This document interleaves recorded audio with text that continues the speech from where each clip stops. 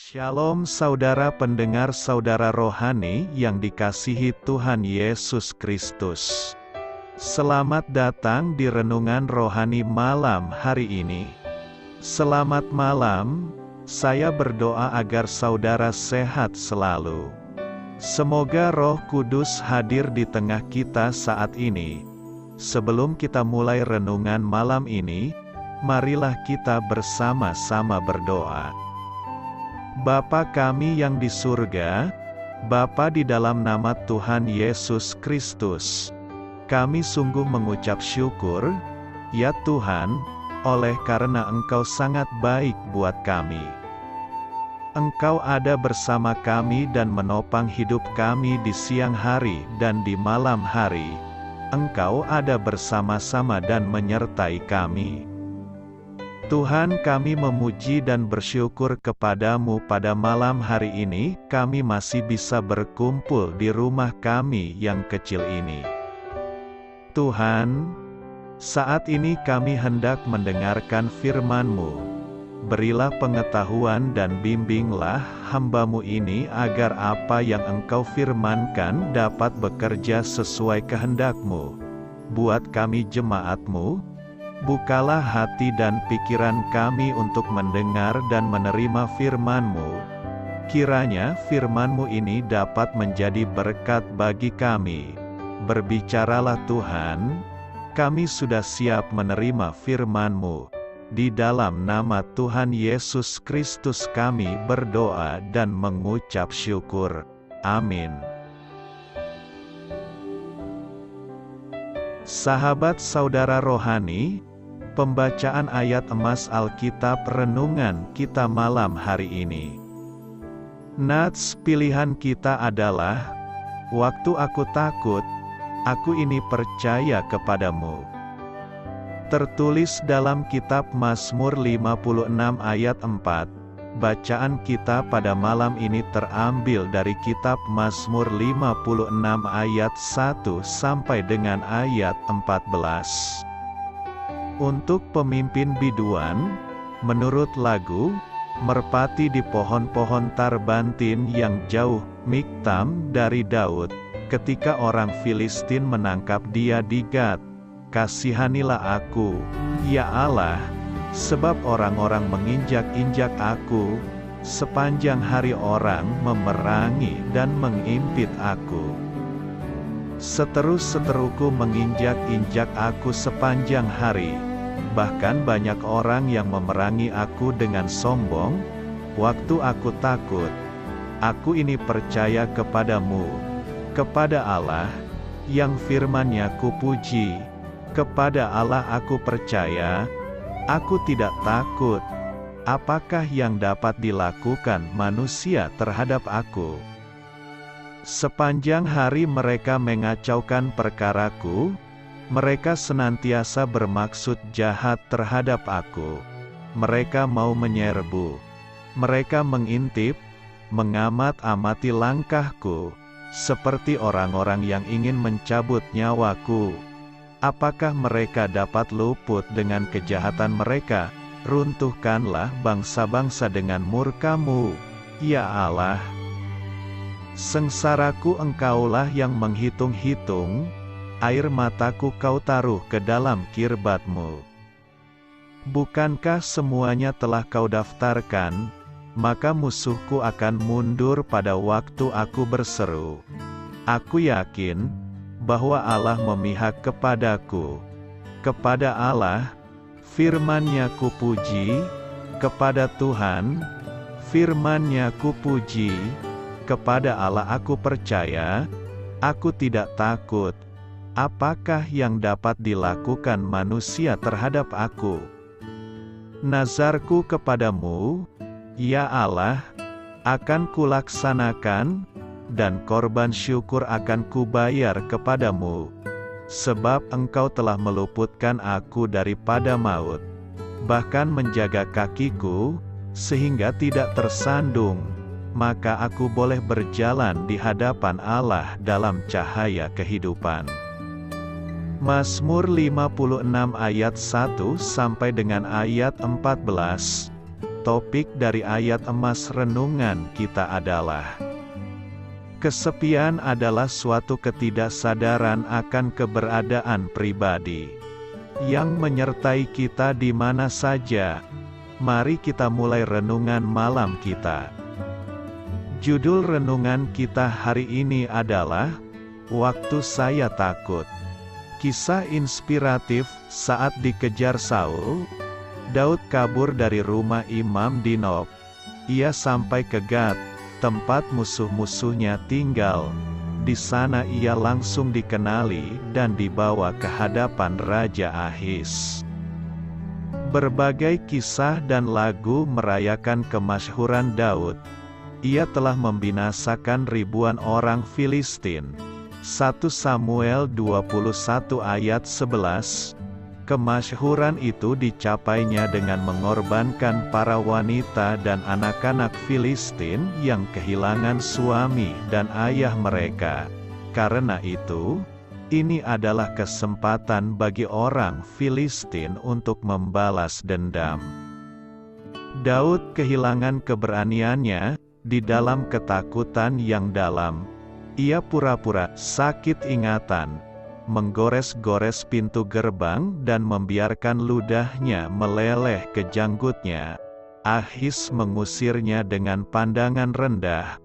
Patutkah orang yang demikian masuk ke rumahku? Dengan hati hancur dan merasa sangat terhina, Daud melarikan diri ke Adulam di Yudea. Di dekat situ terdapat sebuah bukit dengan banyak gua. Ia merangkak masuk ke dalam salah satu gua itu sendirian. Ketika ia menjalani kesendirian di gua itu, pada titik terendah di hidupnya dan dikelilingi musuh-musuhnya, Daud mulai merenungkan kasih Allah yang lembut dan setia. Waktu aku takut, aku ini percaya kepadamu. Tulisnya, Mazmur 56 ayat 4. Sengsaraku engkaulah yang menghitung-hitung. Air mataku kau taruh ke dalam kirbatmu. Mungkin saat ini Anda berada di dalam sebuah gua. Anda pun dapat berkata, kepada Allah aku percaya, aku tidak takut. Amin. Marilah kita renungkan di dalam hati kita. Iman dan rasa takut tidak dapat hadir secara bersamaan. Iman digambarkan dalam Ibrani 11 ayat 1 sebagai bukti dari segala sesuatu yang tidak kita lihat. Ialah keyakinan sepenuhnya bahwa Allah sedang bekerja di balik layar dalam semua bagian kehidupan kita, meskipun tidak ada bukti nyata yang kelihatan. Sebaliknya, rasa takut, secara sederhana, adalah ketidakpercayaan atau kepercayaan yang lemah. Ketika ketidakpercayaan meningkat dalam benak kita, emosi kita dipenuhi rasa takut. Keselamatan dari rasa takut dan cemas berada pada iman yang berseberangan dengan ketidakpercayaan. Kita harus memahami bahwa iman bukanlah sesuatu yang dapat kita hasilkan dengan sendirinya. Iman adalah anugerah, Efesus 2 ayat 8-9, dan kesetiaan digambarkan sebagai buah, atau sifat, yang dihasilkan oleh Roh Kudus dalam kehidupan kita. Galatia 5 ayat 22-23. Iman seorang Kristen adalah jaminan yang yakin bahwa Allah mengasihi kita, mengetahui pikiran kita dan peduli terhadap kebutuhan terdalam kita. Iman terus bertumbuh ketika kita mempelajari Alkitab dan mempelajari sifat-Nya yang luar biasa. Semakin kita belajar tentang Allah, semakin kita dapat mengamatinya dalam kehidupan kita dan iman kita semakin diperkuat. Kita mengingini iman yang bertumbuh dan Allah ingin menumbuhkan iman di dalam kita. Namun bagaimana caranya dalam kehidupan sehari-hari menumbuhkan iman yang mengalahkan rasa takut? Alkitab mengajar, iman timbul dari pendengaran, dan pendengaran oleh firman Kristus. Roma 10 ayat 17. Mempelajari firman Allah dengan jeli sangat penting dalam mengembangkan iman yang kuat. Allah ingin supaya kita mengenalnya dan mengandalkan arahannya dalam kehidupan kita. Melalui pendengaran, pembacaan dan perenungan Alkitab, dapatkah kita mengalami iman yang yakin dan kuat tanpa kecemasan dan ketakutan? Mengambil waktu untuk berdoa dan menyembah secara pribadi memperdalam hubungan kita dengan Bapa Surgawi. Di dalam Mazmur kita melihat sebuah gambaran Daud, yang, seperti kita, mengalami masa-masa ketakutan. Mazmur 56 ayat 3 mengungkapkan imannya. Waktu aku takut, aku ini percaya kepadamu. Mazmur 119 penuh dengan deskripsi bagaimana Daud menghargai firman Allah. Dengan segenap hatiku aku mencari Engkau, janganlah biarkan aku menyimpang dari perintah-perintah-Mu. Aku hendak merenungkan titah-titah-Mu dan mengamat-amati jalan-jalan-Mu. Dalam hatiku aku menyimpan janji-Mu, supaya aku jangan berdosa terhadap Engkau. Semua deskripsi ini memberi kita hikmat jika kita mencontohnya. Allah begitu memahami dan tidak menghardik kelemahan kita. Namun Ia mengaratkan bahwa kita harus berjalan dalam iman, dan Alkitab menjelaskan bahwa iman tidak bertumbuh kuat atau dewasa tanpa percobaan. Situasi yang sulit merupakan alat Allah yang paling efektif dalam mengembangkan iman yang kuat. Pola ini diulangi berulang kali dalam Alkitab. Allah menemani kita melewati situasi yang menakutkan. Dan ketika kita belajar menaati firman Allah dan menjiwai firman-Nya, setiap percobaan menjadi batu pijakan menuju iman yang lebih dalam dan lebih kuat. Melaluinya kita mampu berkata, Ia menolongku dahulu. Ia akan membantuku pada hari ini dan ke depannya Ia tidak akan meninggalkanku. Allah bekerja dalam kehidupan Daud dengan cara ini. Ketika Daud bersukarela melawan Goliat, ia berkata, Tuhan yang telah melepaskan aku dari cakar singa dan dari cakar beruang, Dia juga akan melepaskan aku dari tangan orang Filistin itu.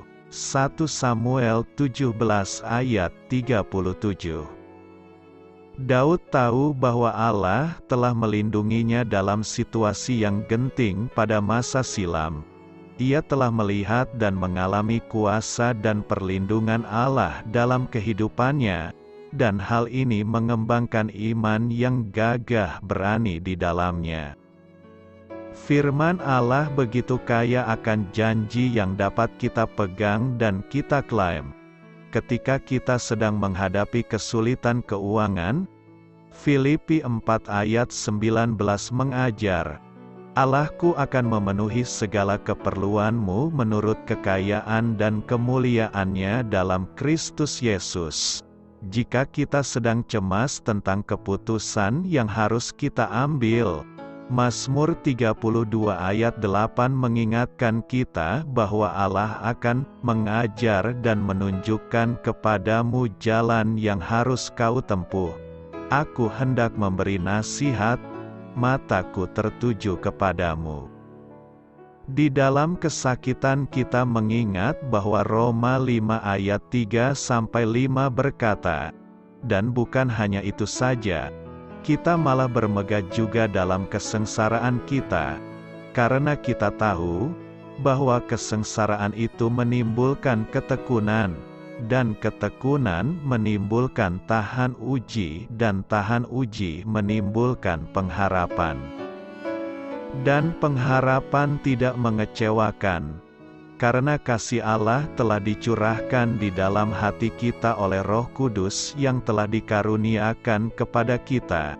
Jika ada yang memusuhi kita, kita terhibur oleh peringatan dalam Roma 8 ayat 31. Jika Allah di pihak kita, siapakah yang akan melawan kita? Di sepanjang hidup kita akan menghadapi berbagai tantangan yang menimbulkan keresahan dan ketakutan. Namun Allah berjanji bahwa kita dapat memperoleh kedamaian dalam setiap situasi. Janganlah hendaknya kamu khawatir tentang apapun juga, tetapi nyatakanlah dalam segala hal keinginanmu kepada Allah dalam doa dan permohonan dengan ucapan syukur. Damai sejahtera Allah, yang melampaui segala akal, akan memelihara hati dan pikiranmu dalam Kristus Yesus. Filipi 4 ayat 6-7. Doa saya menyertai saudara sekalian.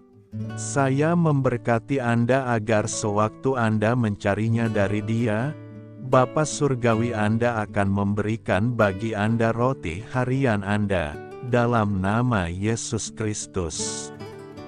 Tuhan yang berkuasa atas alam semesta dan menuntun kita kepada iman yang menyelamatkan. Tuhan Yesus menyertai senantiasa. Terima kasih sudah berkenan mendengarkan renungan malam saudara rohani. Tuhan memberkati. Amin.